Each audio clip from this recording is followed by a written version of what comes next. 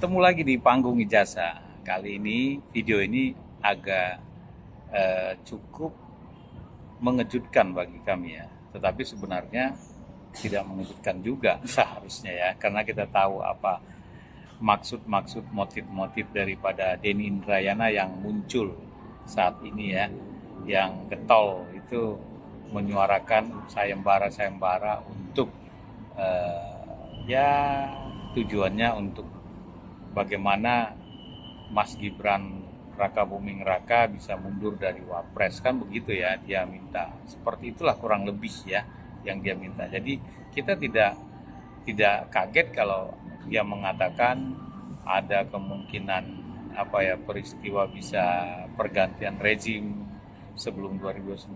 Dia kan dalam sebuah ini sampaikannya, statementnya ini nanti kita lihat ya statementnya itu seperti itulah ya. Kalau kami sih menilainya itu tidak bijak ya. Tidak bijak dalam arti mengapa menyampaikan hal-hal yang begini, yang kondisi dalam keadaan kita ekonomi memang sedang kurang baik ya, seharusnya memberikan masukan-masukan. Tapi ya itu kan Denny, namanya Denny ya. Denny Indrayana ini kan memang seorang yang punya latar belakang kita tahu bermasalah ya, walaupun sampai sekarang belum ada kepastian nih apakah Denny ini sudah SP3 atau belum ya. Rasanya kalau melihat di media sosial Denny ini belum SP3 ya, kasus dugaan korupsi payment gateway yang dilakukannya ketika wakil menteri hukum. Nah, tapi berani banget ya ngomong kalau masih ini belum SP3 dan dilanjutkan dan nanti bisa berproses lebih lanjut. Nah, ini kan bagaimana omongannya ini bisa dipercaya ya, orang yang masih ada tersangkut masalah di korupsi ini ya, walaupun belum dibuktikan secara hukum, tapi sudah masuk pada tersangka ya, yang kita nggak tahu ini apakah SP3-nya benar-benar sudah ada atau belum ya. Terlepas dari itu kita tahu ya, Denny ini dulu juga pernah kalah ya dalam pemilihan gubernur kalau tidak salah, dan ketika menggugat ke MK, Anwar Usman ketika itu ketua MK-nya itu menolak gugatan Denny. Jadi ada rasa sakit hatinya juga ya, habis uangnya berapa itu ya, tapi gagal. Nah, ini memang tidak mungkin satu peristiwa berdiri sendiri ya, pasti ada rentetan. Dan apakah ini ada skenario dari bohir-bohir ya? Karena kita lihat kemarin itu demonstrasi itu ya, setelah organisasi yang dari Pati itu yang dimotori oleh Botok itu menyampaikan aspirasinya dengan baik dan diterima dengan baik oleh DPR, mereka pulang ya, karena DPR sudah berjanji akan menerbitkan undang-undang perampasan aset, memiskinkan para koruptor itu ya, sudah. Nah, pulang ini kenapa ada ini tim yang membuat seperti anarki ya, rusuh-rusuh begitu. Nah, ini siapa? Kan kita nggak tahu. Yang pasti adalah rangkaian-rangkaian peristiwa yang bisa mungkin masyarakat, netizen bisa simpulkan dengan baik ya. Kalau kami, apa yang kami sampaikan ini adalah petunjuk-petunjuk saja ya, bahwa peristiwa 1, 2, 3 itu tidak mungkin berdiri sendiri, pasti ada kaitan dengan kaitan menghasilkan sebuah peristiwa yang seperti saat ini kita lihat ya. Jadi malah Denny itu menuduh seperti ya, tanda kutip, terkesan dia mengarahkan kepada Pak Joko Widodo gitu. Padahal buat apa?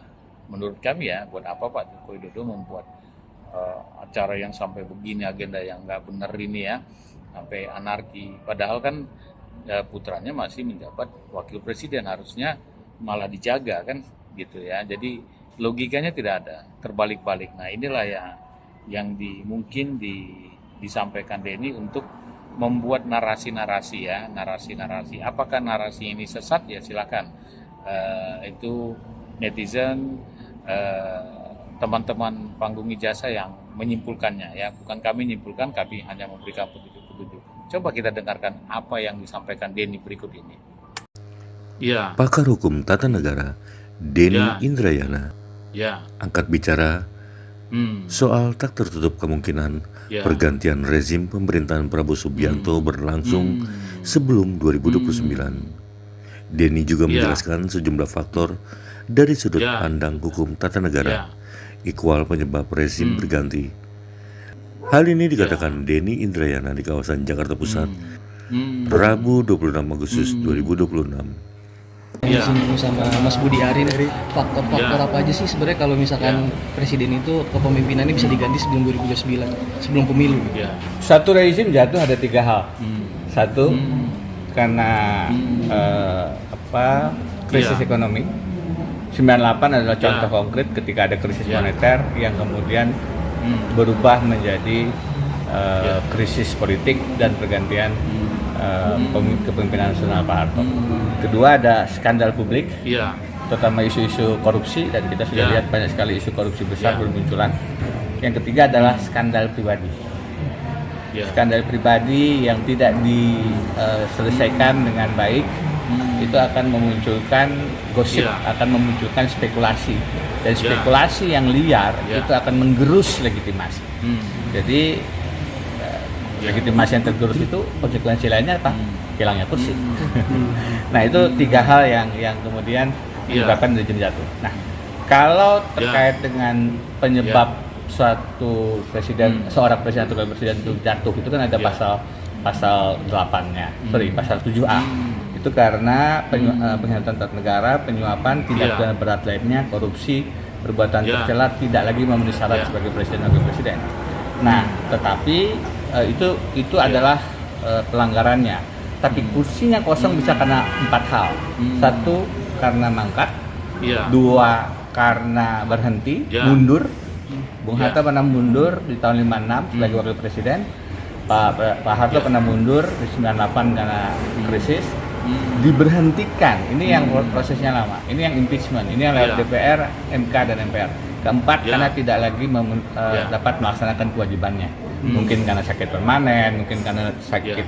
jiwa dan seterusnya. Jadi kalau kita lihat sekarang fenomena aktual ini, apakah ada kemungkinan itu?